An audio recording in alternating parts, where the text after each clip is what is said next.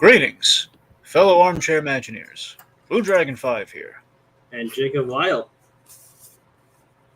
And Rohith. Ladies and gentlemen, as we find ourselves in the midst of Disney's big venture into the world of streaming, having started a war in the process, we thought it'd be nice to stay up to date on the ever-growing catalog and rule on what's a must or a bust on Disney Plus. And tonight we bring you The Mandalorian, Chapter 23, The Spies.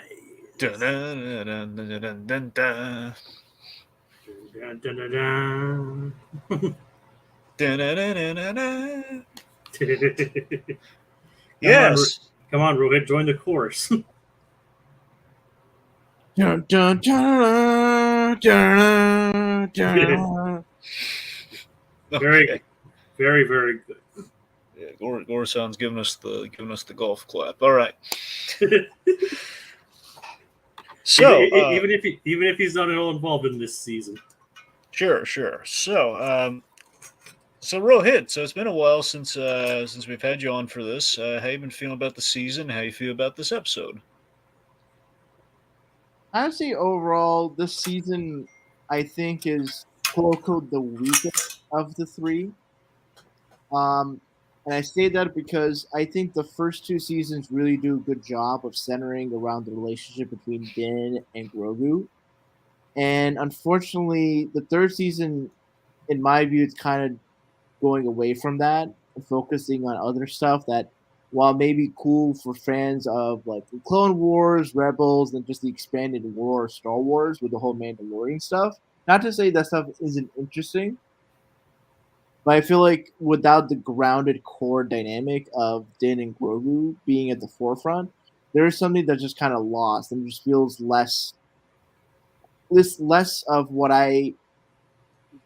drew me into the show and what kept me watching week to week. Not to say I've been watching week to week for season 3, but it just doesn't have that same, thematic core that I felt like made season 1 and season 2 strong. And when I say weakest, I don't think season 3 is bad in any sense, but I feel like with it focusing on the Mandalore stuff and like Bo-Katan taking on like a more central role, I think that kind of core dynamic that really made things special for me isn't there. However, in regards to this episode in particular, I think it's one of the better episodes of the season so far. I think there's a lot of good strengths in terms of the pacing, in terms of the action, in terms of the high drama. So I think once we get more into it, I'll highlight specific moments that stood out to me positively and speculate on what the future may hold for the last episode of the season, as well as the future of The Mandalorian and Star Wars as a whole. All right. Yeah. So yeah, I thought this was a great episode. I thought it was more so. I thought it was a great episode. Because it's for one, it's an upgrade from last week. I'm not trying to come down on last week's episode per se, but again, it seems to be kind of a runner in each season of Mando. There's an episode, whether warranted or not, there's an episode that kind of is the bottom of the totem pole, and I think episode 6 of last week was that for this season. I mean, there's an argument to say maybe it's the all-time kind of bottom of the thing. I mean, I don't know. Again, it plays, it's fine, but again, it's definitely nowhere near as kind of as gripping as the other episodes. I mean, it should have been better, but I mean, it was an episode that had both Jack Black and Christopher Wood, and it should have been better. I'll say this: I think people hate on the last episode too much, and I feel like people just can't. Like for me, I think I kind of like the episode, and I feel like people are really kind of have a very I think people can't just have fun with Star Wars, and I think the Mandalorian can have fun once in a while. I mean, think with the fact that there's just like random side characters, like the one lady in Tatooine who has a little robot and is kind of like a comic relief character. Yeah, Pele. Yeah, Bailey, and I think that's just like that episode was just kind of the funny episode that had like a cool like Blade Runner vibe, and it was more in line with just kind of like how I appreciate from the first 2 seasons where there's always like an episodic nature, like the frog lady thing from season 2, Like that was a more comedic, funny thing, and I just feel. I mean, heck, even the spider episode was really good. Well, that's the Frog Lady episode, Jacob. I know. I'm just saying. No, what I'm saying is like like I just feel like when the Mandalorian goes in a little bit more of a comedic or there's like celebrities there, I don't think that for me Lizzo's cameo on that episode was not as distracting to me as say Ed Sheeran's cameo in Game of Thrones, and that's at least with the Mandalorian didn't have like Lizzo play the flute or sing as Ed Sheeran did in Game of Thrones. I feel like the Mandalorian should have some credit in terms of its like restraint on the celebrity cameo. Like she was playing like a very campy character, and I don't think any actors could have played her that differently to, make the quality that different.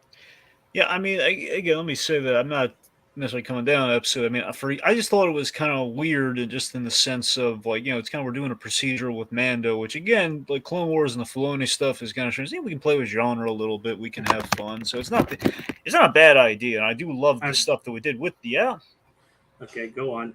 I do love the stuff we did with the procedural. I like seeing kind of the whole droid thing in relation to how Din Djarin feels about that sort of thing.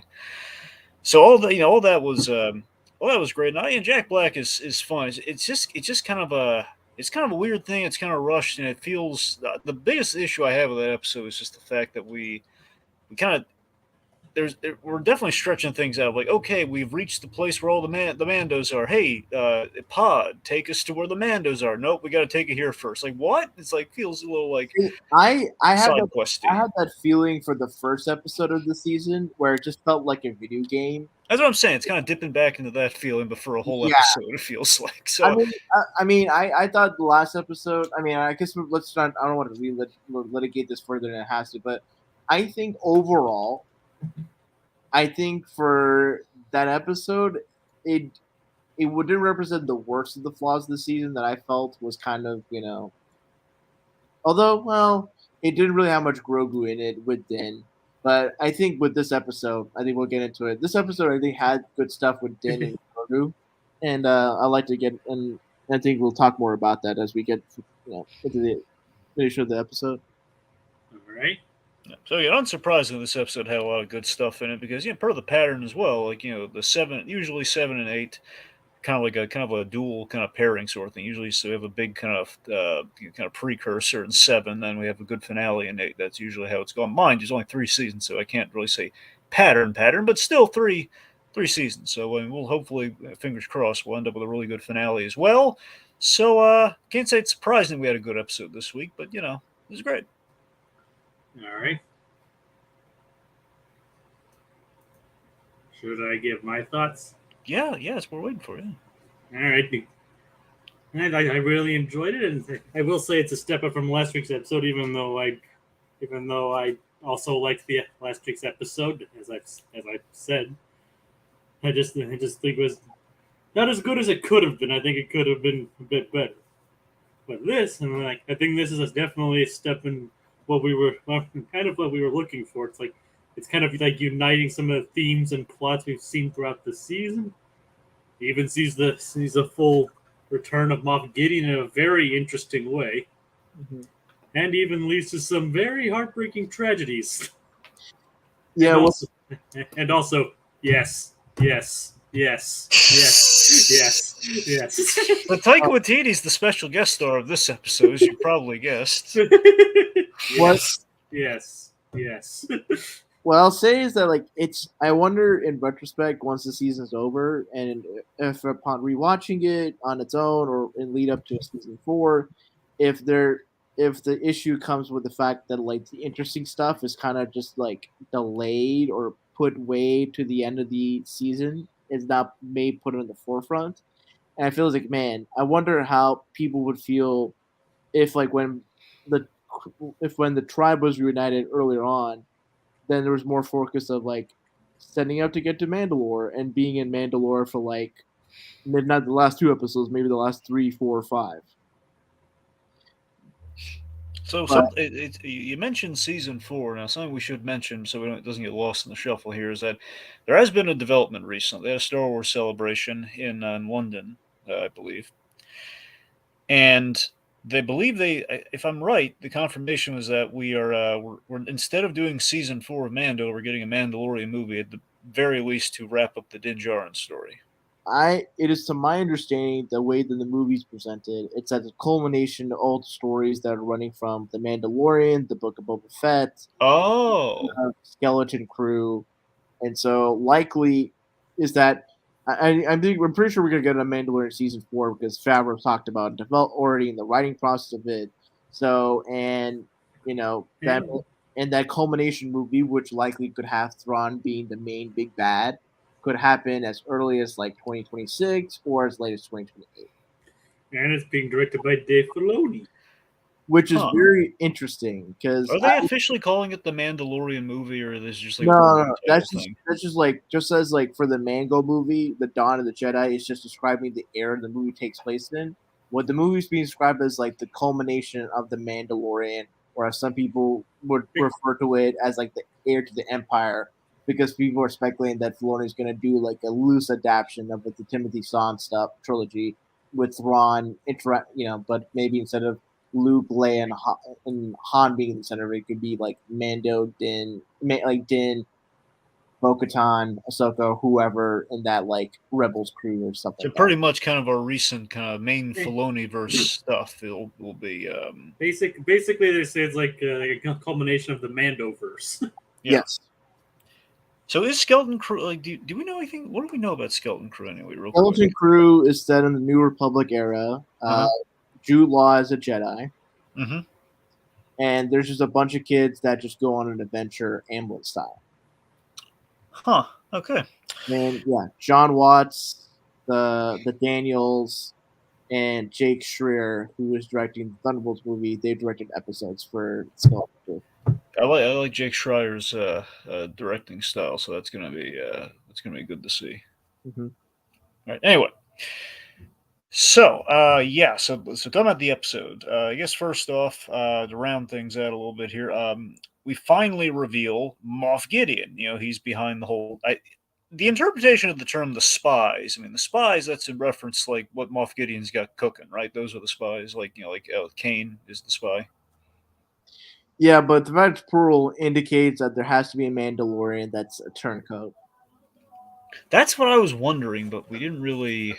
Well, I feel like that's just something that will be the big reveal at the beginning of the next episode. I mean, there's no way it's the armorer, right? I mean, people say it's the armorer, but I've heard people say it could be the Alex Wolf guy, the head of the Yeah, X-Wolf, yeah. Yeah, Axe Wolf, because he's just running around with an Imperial cruiser, and we did see him steal all those Imperial cruisers there, at least most of them. What do you want about that Filoni name, dude? Oh, of course. Axe Wolves. Just Filoni on set wearing his costume. Just like I know what to name him. It's like, all right, Dave. All right, Dave. What is it? Yeah, I didn't realize Filoni has like a thing of like having last names be wolf related, because I know the two like Dark Jedi characters in Ahsoka, like their last names are like Norse wolves wolves from Norse mythology. Nice. But no, I think for him, I think the likelihood of him is strong, because I know when he debuted in the season, he was like doing like a mercenary job for, I think, like not the main pirate crew, but a pirate crew that's probably like in that kind of environment. So maybe he was, because he was doing mercenary jobs, he was just paid off by Moff Gideon to either spy, keep on the lookout for any activity for Bo-Katan Kryze, or maybe even rescue him from jail from the New Republic. I mean, Kane did have information though. Like Kane was like maybe a little bit more in the know than she should have been. So it does stand to reason that she's getting intel from somebody. Yeah. So anyway, Kane, she has a little probe droid conversation with Moff Gideon. Here's a very minor question. Does anyone, you guys miss the mustache on Moff Gideon? Because I sure do. I honestly didn't even notice. I knew he was clean shaven. I just didn't remember if he had a mustache or like a goatee. No, he had he had like a cool, classy mustache. It was like, here's the reason I remember, because the mustache was like, oh, it's kind of neat. We kind of gave Giancarlo something, so it's not just Giancarlo. It's like we kind of zhuzhed him up a little bit, so he's working with made him a little mustache twirler. Now we got rid of the mustache. Feels arbitrarily that we got rid of the mustache. By the way, it feels like, well, there's no reason for him to shave that off aside from I just want to shave. I don't know. I just feel like that's it could just be a thing where maybe Giancarlo's like for another project he's in, he has to be clean shaven, or even even just the time in which he's brought in, he just didn't have enough time to grow back the mustache. Well, So, it's a very easy fix. Like, I mean, it's Hollywood. They can put on a fake mustache. It's like a thin mustache too. It's not I mean, even like I mean, they did the opposite for Henry Cavill. yeah. I don't know. I don't think that's like. I mean, that obviously didn't work out too well. But I don't know. I mean, instead of CGIing off a mustache, they could CGI on a mustache. I think him having a mustache does give like a distinct look, but because I think what you're maybe I don't know if it's you specifically, but when Giancarlo has the mustache, and especially when he has like the kind of the imperial like military attire, it makes him like very much of like the classic like British imperial officer that has the mustache and like the. Because I think in the scene where there's the whole imperial remnant warlords, like some of them have facial hair, and so they kind of have that kind of distinct look. But I think Giancarlo not having the mustache, isn't much of a big deal. I think it would be very funny if just to make him look like Giancarlo Esposito, like how he typically looks, he has like glasses. God, yeah. Ray Pershing has glasses, and I feel like that's like the first time I've ever seen a Star Wars character with like actual like eyewear. That is a good point, but I'm trying to think. Like, is there some Jacob in Clone Wars? Do you remember any? Oh, well. Okay, so there's another. Okay, so in the Bad Batch, we gave one of the clones glasses, but they're kind of, I don't know, they're kind of goggly, so I don't know if they count. I mean, Tech does have goggles. So that's what I'm saying. So Tex has goggles, so that doesn't really count. So I guess there's Speaking I of think which, more like typical like eyeglasses. I know, that's what I'm trying to think back. Is there any other characters that fit that build a little bit more from Clone Wars? Like Jake, you remember anyone from Clone Wars that wore glasses? not specifically, no. I got nothing then. I mean, we need to go over the whole season now since it just ended. All right, so let's see. Okay, moving on past like the facial hair and the eyewear. So big. Okay, How about the actual wear, like his armor? well, we'll get to let's wait on that. Let's wait on that reveal. I mean, he looks cool, but he's going to look even cooler by the end of it. Oh yeah. So, long story short, so our big takeaways from the opening here is that we get do some world building on the Imperial side of things, which is cool. And we always kind of had that built into things since the first season. But we really get they've been building towards something. We've always been a little mysterious about what exactly the Empire has been doing since the end of the original trilogy. So the idea here is that okay, so all the Imperial warlords have kind of pulled their scattered resources together to basically kind of have an Imperial comeback of sorts. And Gideon.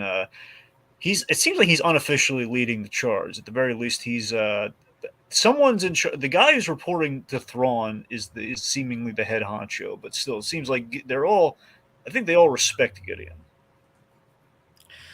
And let's see. So we do have some long. I think the assumption we're all making is that they're mounting a comeback that will most likely lead to the First Order, which we've all been dropping hints at so far. And the biggest hint that we have in this episode is Hux's daddy's in the episode. General Hux's father, Commandant Hux. Yep. That guy, he's in here. And I think he's even played. I don't know if he's played by a relative of Donald Gleason's or not. The actor who plays him is Donald Gleason's older brother. Ah, even better. Oh, nice. If only he could get got his actual father to play him. I can imagine Brendan Gleeson play like the grandfather of Hux. Wait, Brendan Gleeson is his is his father? Yeah. Yes. Oh, cool. Did not know that. It's cool. Yep. He played Alistair Moody in the Harry Potter series. I saw him play a really excellent role in the Comey. Well, the Comey role. He was really good in that. Oh, nice. Yeah. Let's just say he played a terrifying character. We move on from there. So, in Goblet of Fire, Mad Eye Moody was pretty terrifying, but for different reasons. Right. So it's a point they're forming seemingly they're forming the First Order. You know, we got Hux involved, and we're walking by cloning pods, which seemingly Gideon is kind of keeping on the down low. It seems that he's been kind of storing that in his base. We have a lot of buildup to Grand Admiral Thrawn, who we now, thanks to the Ahsoka trailer, have seen. Like, we're definitely getting Thrawn, kids. Don't you worry about it. We cast him and everything. We already knew it, but we've been building to him. Lars Mikkelsen is returning too. Yeah, which is even better. It's because like I haven't actually watched the whole season of Rebels yet, which now we have a date for Ahsoka. I actually need to start rewatching Rebels. I gotta finish Rebels. That's the thing. But I've heard his voice, and he is great as Thrawn. I mean, he's a really good actor. But the already the Mickelson family, they're really good. A lot of nepotism in Star Wars these days, but it works. It's been working out. The Gleasons, Mickelsons. Yep, both Mickelsons in Star Wars. In retrospect, I kind of wish Mads Mikkelsen was playing his brother, but I mean, he's literally the voice from the cartoon, so you can't really do much better than that. So that works. Yeah, it works. Yeah. Anyway, so yeah, it seems from the sound of things, and correct me if I'm wrong, Jim. I could have missed something here. I could have got it wrong. It sounds like Gideon's calling out the fact that they're operating probably under Grand Admiral Thrawn's plan, but that guy's still been missing in action since the end of Rebels, or at the very least, since his in quotes return, it might be exaggerated, like, oh, he's back and he's definitely around. Like, no, we're sure he's coming back, but he's not back yet, but we're enacting his will. I mean, it seems like they're trying to say that perhaps Thrawn is responsible for the First Order. Ultimately, it seems like, again, Thrawn seems to be the top of the spear for bringing all the Empire in its fractured kind of sense together for like a big coming. I think you're ultimately going to be right about that, Jacob. But still, it's the question. I like that Gideon's like calling him out, like, well, if he's really back, why isn't he at the meeting? You know, maybe we need some new leadership. This Thrawn guy is all build up. We're not going to get him to the Ahsoka show. I'm gonna run the show, man. Yeah, I think part of it's also just kind of. That scene I think is very it reminds me sort of how we saw the like imperial dynamic in Andor and sort of the backstabbing and kind of like peacocking. So it was very interesting to see that scene where like you can tell Gideon is just trying to exert his influence, and just kind of like if not bully, just slightly cajole or put pressure upon the other imperial officers that are basically their own warlords to kind of coalesce on his vision. And it's very interesting to see sort of how he regards Admiral Thrawn as like, oh, okay, when is he going to show up? As just kind of like an ineffectual threat. And what's interesting, I don't know if you all picked up on this or were told this through like watching breakdowns of the episode. So the imperial officer that's telling everyone like, hey, let's wait for Thrawn to come back and he'll reunite the Empire.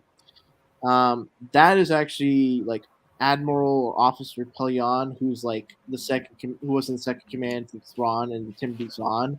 I believe Xander Berkeley is the actor who plays this character. Yes, and he was the second command to Thrawn of the Zahn trilogy, and he made like a voice cameo in like the season of Rebels where Thrawn shows up. So it's interesting to see that for that character to show up, and definitely Favreau and Filoni are taking elements from like the expanded universe and incorporating them into the main canon.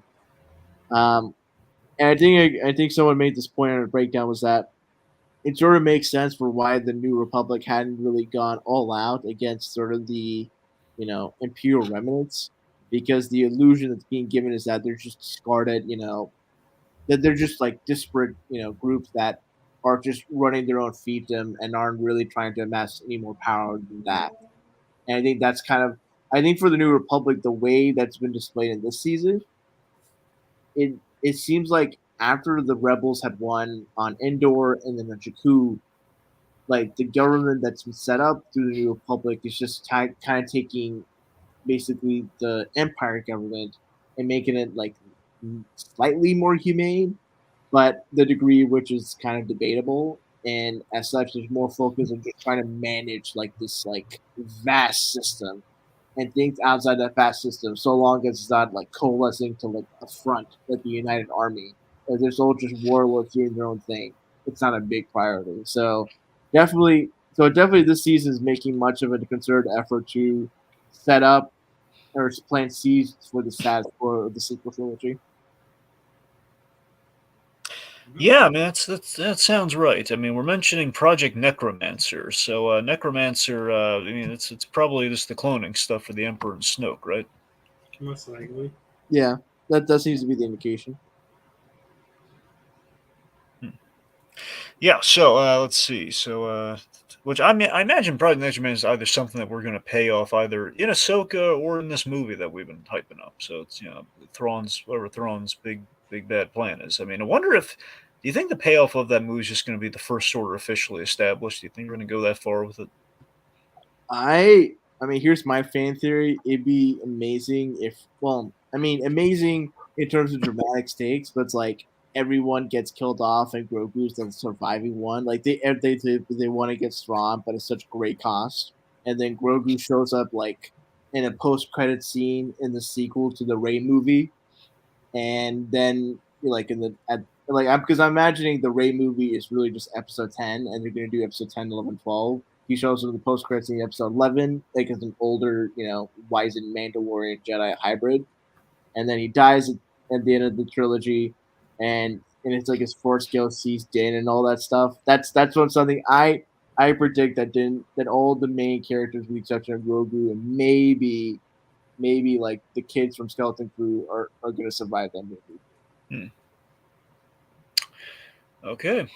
I mean, it's interesting. I don't know if I'm pro murder here, but it's I'm not, possible. look, I'm not. Hold on. I am not advocating murder. I'm advocating dramatic stakes, and dramatic stakes can often be that characters have to leave everything on the line, even their lives, because I don't think any of these characters are going to have dramatic situations in which their alliances change or their belief system suddenly changes at the time of the movie. I think all these characters are mostly on the same page, and it's going to go endgame style. Some people are going to have to make a sacrifice, right? And Din's going to say, "This is the way," or maybe he'll say, "This is our way," and then that's going to make everyone cry in the audience as Din is dying and Grogu is seeing that. And I mean, okay, so you're not look. You're not wrong. I mean, one Star Wars right now has a systematic problem. We're not killing enough people. Seriously, we're not. Because every time we see like, you're telling me I'm pro murder? Genocide, dude. Oh my God. I'm building. Just give me a second. I'm building toward it here. It's like I don't advocate for murder, but we should kill more people.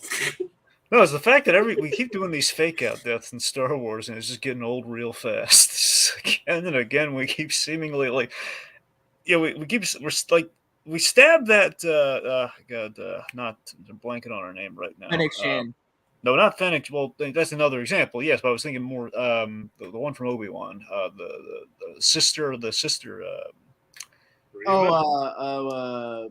Riva. It was just Reva. No. Also, and there was also the Grand Inquisitor. Yeah, the Grand Inquisitor. Well, I mean, her name was Reva, though. It wasn't like thought she was like sister something. Sister, like not. I thought it was the Night Sister or something. I'm not sure. Okay, anyway, the point being, Reva is like the main like Inquisitor that was like chasing after Obi-Wan, and then also the Grand Inquisitor was also stabbed and surprisingly survived that. That's what I'm saying. We just keep stabbing these characters, and don't forget Cobb Vanth in Book of Boba Fett. I'm sorry, what about Book of Boba Fett? No, Cobb Vanth. Like he gets shot and he's in the back of the tank. He's like, okay. You know what I'm saying? This is what I mean by the sustained problems. The problem is we keep almost killing these characters, so it would mean something, and then they're not. I think my hope is that this means that we're gonna bring back. Cad Bane, but still, I mean, it'd be really ridiculous. Like, we killed him off with not everyone else. Really? Anyway. Basically, if you're not like burned to ashes, you can have a chance to survive in Star Wars. Yeah, basically, we're playing by supernatural rules here. Regardless, it's. That's mainly what I mean here is the fact that, no, you're right. For dramatic storytelling purposes, the gag with the Mandalorian just as a concept is that, if something were to happen, we were to end Din Djarin's story or God forbid kill him, again, the show could still go on with following a different Mandalorian. So it's always kind of but I feel like the main appeal of the show is Din and Grogu, right? Oh, sure, of course, yeah. The whole thing is it's lone wolf and cub and meets in space. Yeah. And I feel like if you take Din out, it's also I feel like you kind of need to. Although it might be interesting, maybe the end of Din's story is that he doesn't die. Maybe he forsakes his Mandalorian ways. I mean, that's at the very least. Again, it seems like we might be getting to a place where we're going to be able to take off the helmet. Yeah, because everyone wants to see Pedro Pascal's handsome face. Yeah, not like he's not there or anything. Anyway, let's see. I guess let's move forward a little bit here. So speaking of Mandalorians, so we have the culture clash of the two clans of Mando kind of coming together here. The two factions. We got and they're both kind of teaming up with the Olive Branch, being Bo-Katan and Din Djarin here. Just got bringing them all together for the scouting mission on Mandalore. Basically, leaving the armor and the kids and everyone back on Navarro, and a little called hot spring patch of land. They're all hanging out at. To basically again we're the two we see some culture clash. Like, I think one of the funniest scenes in the thing is not the funniest so it's just kind of a ideologically kind of funny thing is that Axe Wolves is playing essentially space chess with with Paz Vizsla. And Vizsla just is like, no, that's not how the game's played. This is how the game's played. It's like they're like the Star Belly Sneetches from Dr. Seuss, man. It's very petty with each other, and just the fact that he's like, hey, you offend like. Axe Wolves had that beating coming, by the way. I just want to be very clear about that because he was like he didn't have to call him primitive. That was rude. Then he brings out the little vibrating knife and they mixed it up. He couldn't just let him win. Just let him okay, let the Vizsla win. He couldn't just do it. No, he couldn't just let him have his little victory. No, he's got to get into a little fight over it. Thank goodness that baby broke that fight up. No. Yeah. Speaking of which, so again, it makes sense. There's going to be growing pains along the way between these two, but they are, they're all coming together for the mission at hand. Mandalore is their home collectively, so that's good. We need to discuss Grogu's new ride. Yeah, Grogu's new ride. So as much as I love, and I still love that pram, I think we're all falling in love with IG, not 11, but IG 12. It's like at first I was like, it's not the same, right? We should discuss the ethical question. Thank goodness we have a lawyer here with us tonight, ladies and gentlemen. We have an ethical discussion to have here. So we refurbished IG-11's body after we just kind of threw our hands up in the air, like, nope, we can't bring him back. It's another thing that bothers me, but one thing that legitimately does bother me from that last episode was really he's befriending the Ugnaughts, and he can't. Hey, Ugnaughts, listen, Quill's my buddy, and he helped me out with stuff like this, and he built this robot. This droid I got over my issues with, at least for a little bit. I'm trying to repair him. Can you guys give me the mystery part I need? Oh yeah, sure. I've spoken. Here you go. Did not happen. So the fact that we have a kind of a perfect solution for him, but we came up with something really funny and really fun. And it's cool, but it's the other question. So we're taking IG-11's dead body and we turned it into a baby toy, essentially to a means of conveyance for the baby. It was like a mockery of it's like basically it's the mechanized version of the Tauntaun, but fun. And not only that, it's like. And not only that, the only way to communicate so far is just going yes or no. Yeah, which is funny, and it does seem like we have a loophole potentially to get Baby Yoda talking through the robot. Yes. The droid, yeah. No. What's this? So, how do you feel about this ethical conundrum? Did we do right by IG-11, or we already turned his body into a statue, which is already kind of in some senses messed up, but then we try to bring him back, and now we're turning him into a stroller, essentially a glorified stroller. Rohit, did you? No, I in regards to the whole the whole robot stroller thing, I think it's very funny and very much in line sort of with the whole when I appreciate season 1 and 2, the dynamics of Din being like a dad and having to navigate being a dad and a bounty hunter. Oh, for sure. That again, the scene is hysterical. I love it. The baby's like a little mech, and he's just causing trouble, and he's being very paternal towards no, Grogu, you gotta pay for it. Don't just take food, and he takes the Melaroon and all that. Yeah, Grogu doesn't understand. It's like, even though technically, if you think about it, when he broke up the fight earlier, you could say like, yeah, listen to your elder guys. Yep. Because technically, Grogu might be older than them. Yeah. I mean, yeah. Well, no, he is most likely because I mean he's 50. I mean, let's see, Din Djarin's probably like in his 40s. Yeah, it's like he's older than the guy who's technically raising him. Yeah.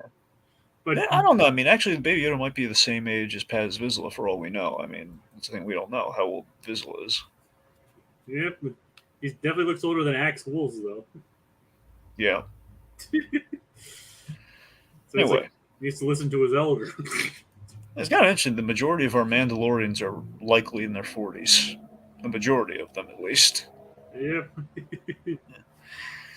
Anyway, let's see. So, okay, so we gather our team together. Everyone's volunteering. They're all going on the scouting journey, and we kind of set up camp for the night. And we're talking we get some backstory on the Purge. We get two big bits of backstory about what happened between Clone Wars and Rebels, Clone Wars, and where we're at now on things. Mainly the Purge.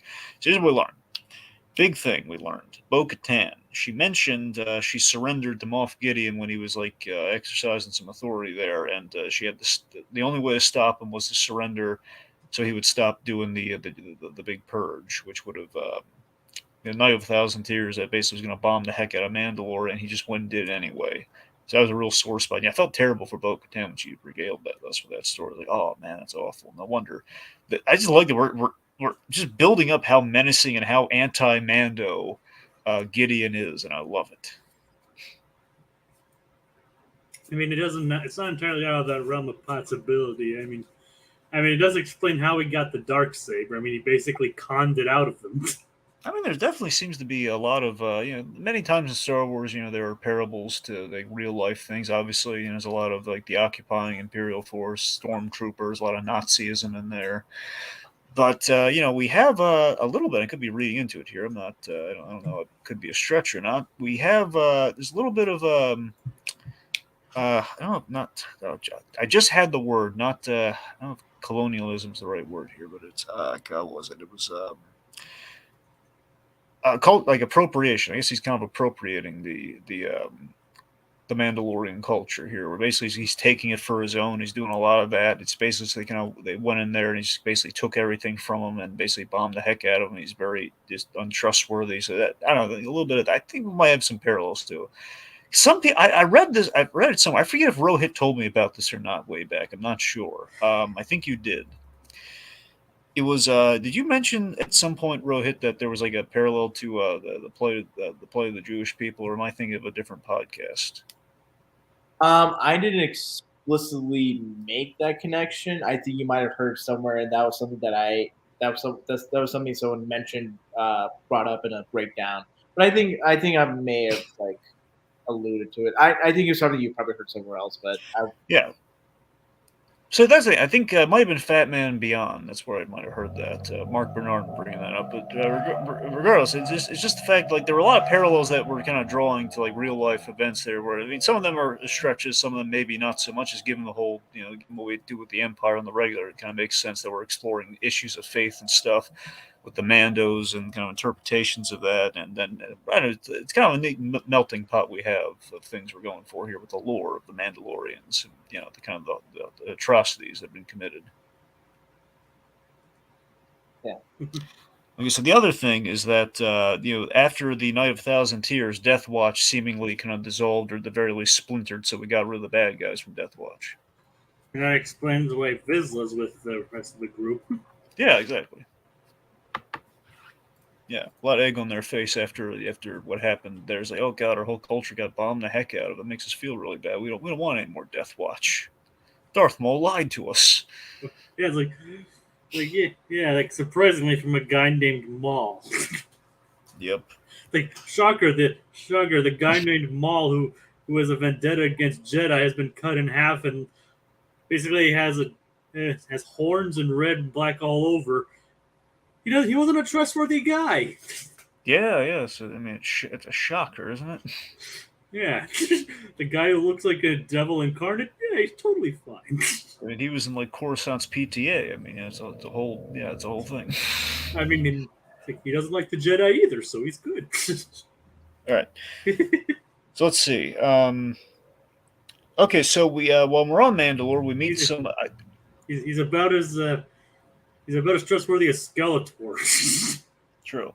So I believe we meet some surviving Clan Kreese members. I think the Night Owls, the other Night Owls on Mandalore, because we have like this group that I think the idea is we had a bunch of Mandalorians that were basically still on the planet, kind of surviving, was probably alone for a long time. One of them was Charles Baker from Breaking Bad, Skinny Pete. Ooh, nice. Yeah. He's like the guy with the shaggy hair. I think mostly on the very right of shots. Yeah. Like, What do you know? Yeah. I mean, that was cool. Yeah. Let's see. So, so yeah, basically, overall, we get to explore Mandalore a little bit more because we got a tease of it when we first went there, and we caught a glimpse of the mythosaur, or at least what we think was the mythosaur. Could have been a vision, could have been the real thing. So far, we don't know. We get a giant monster in this. This is not the mythosaur, I don't think. It's just a giant creature. Yeah, if it was the mythosaur, they would have caught attention to the fact. Exactly, it would have been like a bigger deal. Like, oh god, it's our Messiah essentially. Oh god. And our Messiah is trying to eat us. Yeah, so the fact that the Mandalorians essentially are kind of like it's like a hunter's planet almost, kind of like a hunting culture. So the idea of the Mandalore, it's almost like if you're strong enough to live here, you can survive the terrain and the creatures and everything. So it's kind of a challenge.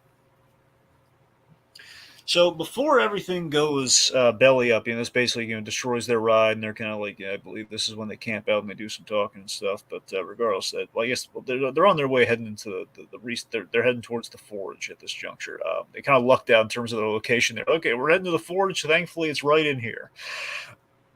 We have this really nice scene between Din Djarin and Bo-Katan, and at risk of more shipping talk with Rohith here. I do really like the bond here, and yeah, there may be an element, there's like a tasteful hint of romance, but it doesn't have to be that. It's really sweet, man. It's Din Djarin just saying like, hey, he's serving Lady Kreese for honor, and until it is, that's just really nice. In fact, he's there. She's doubting her leadership here and what's going on. He's like, hey, I'm backing this horse, man. I'm doing it. What you're saying is just basically Din is just putting the Riz on Bo-Katan. Riz. Oh god. Not your best, Rohit. Not your best. Yeah, that was a stretch. Yeah. That's fair. But I do really like it. On a serious note, I do appreciate the line because it is an interesting, if you compare it to how Din first interacted with Bo-Katan all the way in season 2. Yeah. There was a little bit more of tension and hostility that, for sure. I think ultimately, I think through Din seeing Bo-Katan making a more direct effort of preserving and unifying Mandalorian society and trying to bring back their homeland, I think that's something that Din can admire, and clearly I think his points about honor, loyalty, and character, it's definitely, it speaks to sort of his ideological difference from, say, Moff Gideon, where things like station, bloodline, those are things probably Gideon values more than just like actual character and loyalty, honor as a whole. Yeah, something I forgot to mention last episode because when I rewatched it, I thought this was so cute. I love. I forget if we saw a little bit of it here. I think it was last episode. I love that Grogu was like sitting in Bo-Katan's lap when she pilots the ship. Man, it's just really cute. Like, oh, he's not just with Din all the time in the cockpit. He's riding on her lap. It's just I love seeing Grogu warm up to Bo-Katan. I think it's so darn cute. It's basically like if Din has been his dad this whole time. It's like she's kind of becoming his mom. I know, it's just so freaking adorable. It's like she's taking a liking to the little guy. Yeah. Anyway, like he's gonna parent trap him or something. It's gonna. Oh god! All right. It's gonna be like two Grogus. We're gonna use like a mirror or something. Okay, so in all seriousness, get into the meat and potatoes of the episode everyone wants to talk about. So the big Gideon reveal. So you reveal that Gideon I think I don't know if it's just the Forge area or not. Gideon has basically people speculated this. We definitely confirmed it here. Gideon has been hiding out on Mandalore. Not just that, he's turned Mandalore into his big main Imperial base where he's been mining Beskar. And oh god, has he been mining Beskar? His armor is awesome. Yes, so not just his. I mean, he's basically I believe it's like the second generation of Death Troopers. He's now they're Beskar troopers. They have stormtroopers that can fly. They fly now, even before they flew. Wearing Beskar, and so does he. Death Troopers or Dark Troopers? Did he say? What did I say? I could have sworn he said Dark Troopers. Oh, you're right. I'm sorry. I think I misspoke, Jacob. But yeah, Dark Troopers. Yeah. The next generation of Dark Troopers. I mean, both sound cool. Don't get me wrong. If I remember, Death Troopers are the ones that we're all black and they don't miss, and the Dark Troopers are the ones that Gideon has. So you're right, it's Dark Troopers. Anyways, point being, the next generation of Dark Troopers that are Beskar armored, they can fly and they look cool. And Gideon is now wearing Beskar, a black Beskar. Not even that, he wears a cool helmet that looks a little like Darth Maul. Did you notice that? It has like the little like ridges like from his head. And has little horns too. Yeah, it has little horns, yeah. So this is really cool, man. This is a villain plot I can really get behind. The fact that Gideon, he's basically all the stuff that he's been doing that we've been seeing here, he's kind of melding all kind of our touchstones of Star Wars. You know, he's been using like Mandalorians, clones, and Jedi, and I mean, presumably, well, just based on the ending of season 2, I mean, droids as well, because we have like droid stormtroopers with the original Dark Troopers. He's been kind of taking all the recognizable, the best of Star Wars, and he's trying to make like an unstoppable army combining these things, like a force-sensitive clone Mandalorian in Mandalorian armor, essentially. To take over the galaxy and bring order to it, first order to it, perhaps. So I mean, yeah, I thought that's a really good plan. I mean, it makes sense if you're occupying military force. He's going to combine the best and build the perfect soldier. Basically, he's rocketeering this sucker. Oh god! Is that a reference to the movie? Yeah, the movie. Yeah, roughly. It's roughly. It's an approximation of the movie, but yeah. I've never actually seen the movie. I heard it's really good though. Yeah, it's good. I have not seen it in a long time, but it is good. It's on Disney Plus, right? I'm pretty sure. I mean, I think originally it was a Disney-produced movie, so I'd be shocked if they didn't have it, but it should be there. Well, there's all kinds of stuff on there that they made that they don't have on there. So, right. So I guess the short answer is I don't know. Okay. Well, to Disney Plus.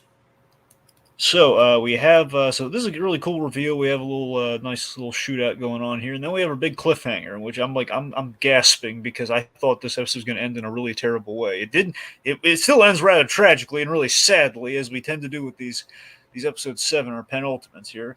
I mean, not as heartbreaking as no, I'm kidding. This is really heartbreaking. I was going to say not as heartbreaking as when we destroyed the Razor Crest, but that's still pretty sad. And two things: Rocketeer is on Disney Plus. Mm-hmm.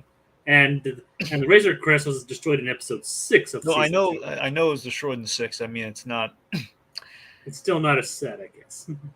Yeah, I just meant it was like another sad. It's kind of a sad thing before we go into the last episode. But you're right. Yes. Is anything in this? We're going to be serious. Is anything in this series as sad as the destruction of the Razor Crest? I mean. I love that ship, man. I really do. I have a Christmas ornament of that ship, man. I got a little figurine on my shelf right now of that ship. I mean, if I had the fortitude, I might build the Lego version of that if it didn't cost like the price of an Oldsmobile. You know, I don't. Again, and to reference an old joke that we did when we reviewed that episode, that's the real reason the episode was called The Tragedy. I still stand by that. It wasn't Grogu being kidnapped. We know the baby's going to be fine. They're not going to kill the baby. It's fine. All right. That ship, though, as we learned, thanks to Pele, it ain't ever coming back. We have a new cool ship, but it's no Razor Crest. Yeah. But it does does give Grogu a neat view, though. It does. Anyway, so regardless, no, seriously though, this is Din's captured. And I was really worried that Gideon was just going to be a real prick and he was just going to walk up to him and like take his helmet off. I was so terrified. I'm still worried that's going to happen this next episode, but yeah, that was still. Are there exceptions to when the helmet's taken off by force? No, that counts. Like if your helmet's been removed by an enemy, that counts. All right, I didn't remember. Oh yeah, they said it way back in the first or third episode. Yeah, that's when they said it. I guess that makes sense. I think it was the third episode, but and as long as it's a living being and not a droid. Exactly. That's like the droids. The droid's the loophole. Droid's the loophole. You can take it off when you eat, so long as no one sees you. Those are the loophole. Those are like the only exceptions. And I said because that's how IG-11 was able to heal Din in the first place. Exactly. IG-11 was that exactly. It's like after he's reprogrammed not to self-destruct at every minor inconvenience. Had he not been seen in episode 7 of season 2, had he not been seen when he took his helmet off to scan his face, he would have been fine. But then he got saw, so that's why he broke it. But yeah. But he did it to save Grogu, and that's all. Exactly, to save the baby. Save the baby. Save the baby. Anyway, so Din's captured. He's Gideon's going to torture him and like debrief him and all this sort of stuff, which hopefully will leave the mask on. Like I'm hoping we're going to do a Ra's al Ghul thing where it's going to be no, leave it. There's a mark of honor, like something like that. But no, he's not going to do that. He's going to try and take it off that guy, which could. Yeah, what? Knowing Gideon, he probably wants to humiliate Din and just take the helmet off. That's what I mean. That's what I'm afraid is going to happen. I think he's going to do that. No, however, if he was going to do it, he would have done it right there in front of all the Mandos. The fact they didn't do that gives me hope. Just a hilarious SNL sketch version of like Gideon interrogating Din. He just takes Din's helmet and just like tosses it in like the basketball and it makes it through a hoop. Or what if he takes off the helmet and there's another helmet underneath it? No. It's Din's face, but it's colored but his face is painted or colored in the colors of the helmet. No. Even better is what he does the Deadpool thing, okay, where you take the helmet off and he stapled like a People magazine cover of Pedro Pascal to his face. That would be great. He's like, what are you talking about? This isn't me. It's like I don't know who this guy is. Yeah. He may look like me, but he's not. No, this guy's from The Last of Us. It's not me. What is The Last of Us? Don't worry about it. Anyway, so I'm a little worried but however, in all seriousness, if we do that moment, that'll be a big turning point for him where it's going to be him owning the whole, Mandalorian culture it's changing from what it once was. So, I guess there's a question of if we do unmask him. I mean, one, it'll be a surprise, like, hey, we actually got Pedro Pascal on set for a change. But secondly, it'll be a question of like, are we going to go that far and be able to introduce that form? Will he be able to kind of get away with that, or not? Let's see. So then, Paz Vizsla, man, I love this character, and I was always worried he was going to kind of turn on him, and they have to turn on Din at some point, going for what his ancestors did. But as we kind of learned in this episode about the whole Death Watch thing, like, yeah, this was not like it wasn't like a losing victory of like, man, I wanted Death Watch to be the thing, and it wasn't that. But no, he clearly, Death Watch is not something they wanted. They instantly regretted once he destroyed their culture and did a whole bunch of terrible stuff there. And Pazville has been a stand-up guy up to this point, even if he has been a little like, I want the dark saber at times because he had a good point for that because it ran his family. It was kind of a big mark of honor. It was leadership. Basically, it was more standoffish than anything else. Exactly. So the fact that Vizsla, he sacrificed himself for everyone, I mean, I would say, but again, Star Wars, and he didn't get decapitated, so seemingly he could be alive, but I don't know, I'm pretty sure he's dead. We've been wrong before, though. I wonder if Jon Favreau just wanted to write his own death scene. Did Favreau write this one as well? Yeah. I know he writes pretty much all. I thought there was. Is this season the first time we've had Favreau not have part in the writing at all, or no? And this was Favreau and Filoni, I believe. That makes sense. Okay. Anyway, so I guess so. So Paz Vizsla, he's killed by the Crayola Guards. I always nickname the Crayola Guards. The Praetorian Guards. Yes, the Praetorian Guards. These guys, the Emperor, basically the Emperor's red, red guys in the throne room, who are basically these guys, and we saw them in action in the. One of the few nice things people can say about The Last Jedi is we saw the Crayola guys in action, the Praetorian Guards in action, and they're a force to be reckoned with. Force. They're really good. So they Paz Vizsla, he put up a heck of a fight, took out all of those Beskar Dark Troopers, but he was really tired at that point. His gun blew up, and he had to fight these guys, and he was Well, sadly outmatched. he overused his laser Gatling gun. Mm-hmm. It was awesome though the way he did it. It's like because it's like, oh god, it was a last stand sort of moment, so everyone get away, even the baby, Even the baby. the baby. And even Grogu got separated from Din. It was like, oh no. Yep. And Bo-Katan was like, I'm not leaving you behind. And Paz didn't even say a word. He just closed the door. Yep. So this was sad. Yeah. Yeah. Yep.